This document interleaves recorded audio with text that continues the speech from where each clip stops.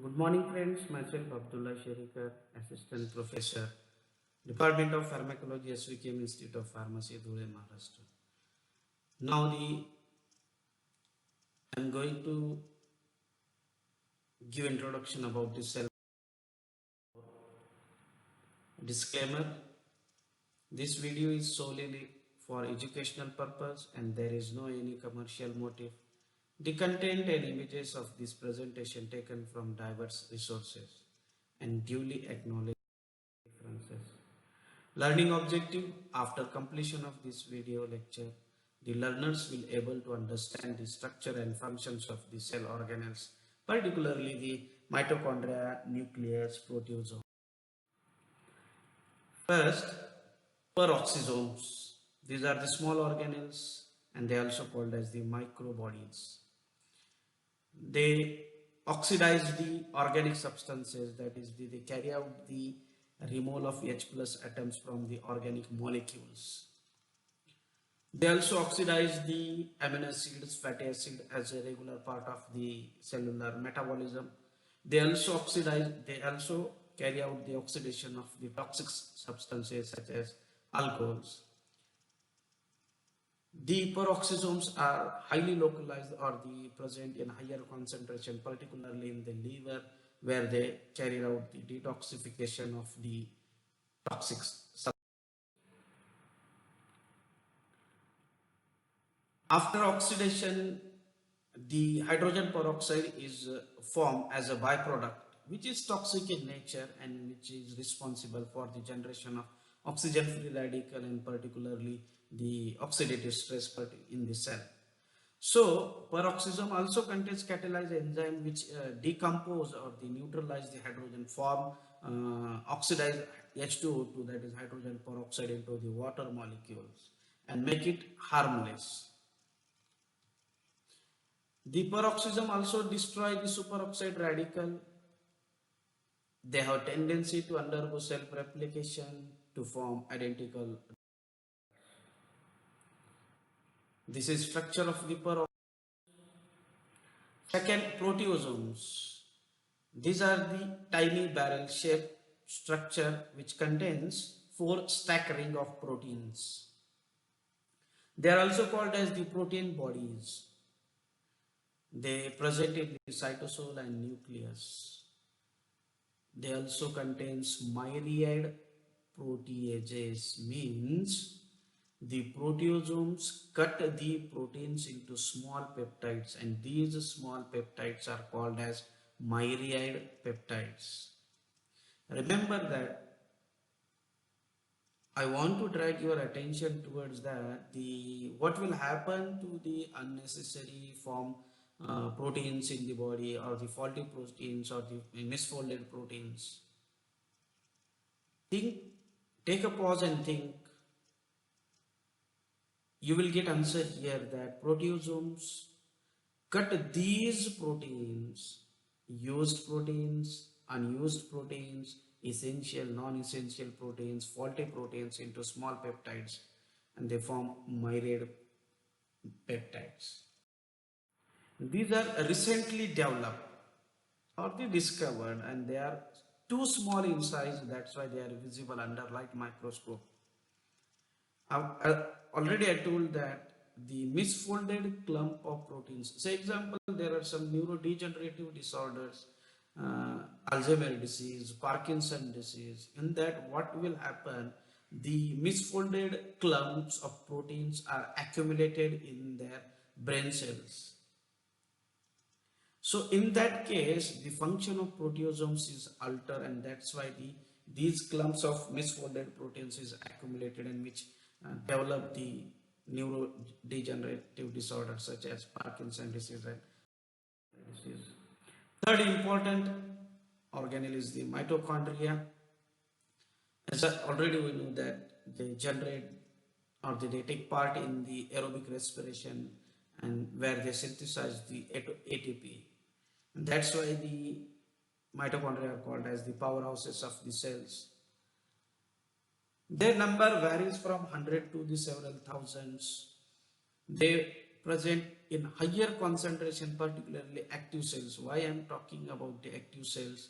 Because there are some cells or the tissues, example, contractile proteins of the muscles, liver cells, kidney cells. They require the higher ATP or the energy to perform their normal functions. So these cells are called as the active cells, and in these active cells, the mitochondria are present in concentration as compared to other cells. The mitochondria contains inner and outer membrane. The inner membrane, which is characterized by the series of folds, that is called as the mitochondrial cristae, and the outer, this is mitochondrial cristae, is surrounded by the fluid-like cavity, which is called as the mitochondrial matrix. Means this cavity filled with the fluid enclose the inner membrane. These mitochondrial cristae, they have greater surface area and they provide the site for the cellular respiration. The mitochondria plays an important role in the apoptosis, that is the apoptosis is nothing but the programmed cell death. Mitochondria undergo self-replication, means they have tendency to undergo self-replication, and the mitochondria have own DNA with complex of DNA with 37.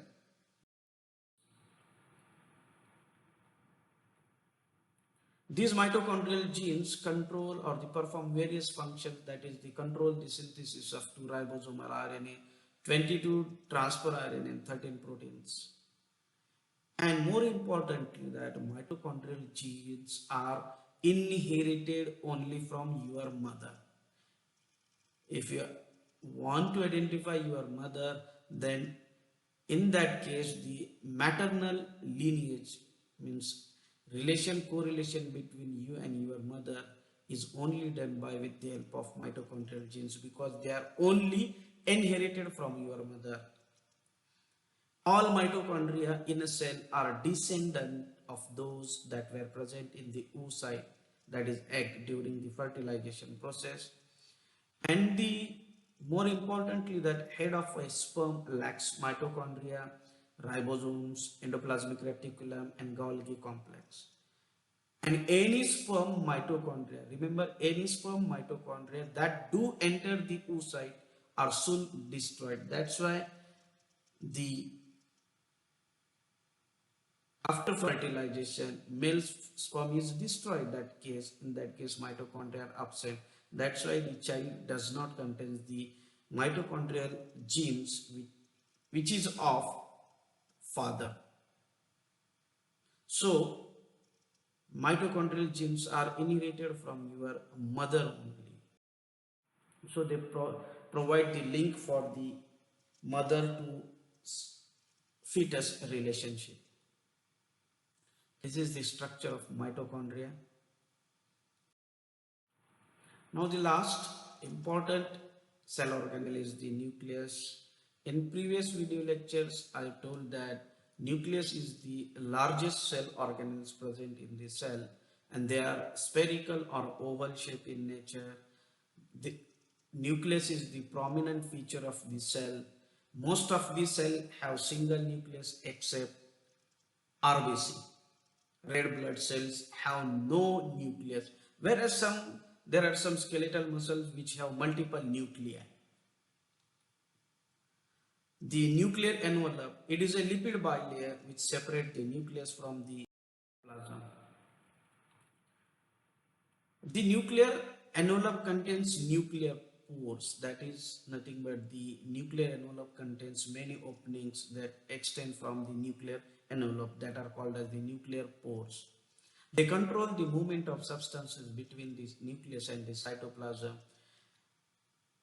The small molecules and ions are moved passively from the nucleus to the cytoplasm, whereas larger molecules, example RNAs, proteins, for their transportation between the nucleus and cytoplasm, the active process is required, means energy dependent processes. The nucleolus is a singular word, whereas nuclei is the plural word. These are the one or more spherical bodies which are present inside the nucleus. The nucleolus or the nuclei is nothing but the cluster of protein, DNA and RNA, and it is not enclosed by a membrane. Remember, nucleolus is not enclosed by a membrane. Whereas nuclear envelope, it is uh, attached with the rough endoplasmic reticulum. The nucleolus is the site for the synthesis of ribosomal RNA. Again, they provide or the site for the assembly of rRNA and proteins, particularly ribosomal subunit. The nucleolus is a prominent, particularly quite prominent in the muscle and liver cells. In nucleolus, genes are arranged along the chromosomes. The nucleolus have tendency to disperse and disappear during the cell division. The cell hereditary unit, that is the genes, are located in the human somatic body cells contain 46 chromosomes. The 23 are inherited from each parent, that is mother and father. Each chromosome has long DNA molecule coiled together with several proteins. The total genetic information carried in a cell in the form of genome. The non-dividing cells have diffuse and granular mass of chromatin. The chromatin has beads on a string structure. The chromatin is nothing but the complex of DNA, proteins and some RNA. The complex of DNA, proteins and some RNA is chromatin. Each bead is a nucleosome that consists of double-stranded DNA wrapped twice around a core of 8 proteins, which are called as the histones, which help in the organization, particularly coiling and folding aspect of the DNA. In non-dividing cells, histone promote the coiling of nucleosomes into a larger diameter chromatin fibers, which then fold into large. This is structure of nucleus. Here you can clearly see pores, nucleoplasm. Nucleoplasm is nothing but the cytoplasm inside the nucleus. Endoplasmic reticulum, that is, I already told that the nuclear envelope is attached with the endoplasmic reticulum, particularly rough endoplasmic reticulum.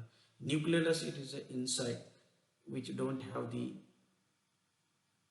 membrane, and the chromatin, that is the complex of DNA, some RNA and proteins, that is called as the chromatin. This is the question bank. They write the structure and function of peroxisome, write the structure and functions of the mitochondria nucleus. References: I have taken this material from Principle of Anatomy and Physiology by Gerard Tortora and Textbook of Medical Physiology by Guyton. Thank you.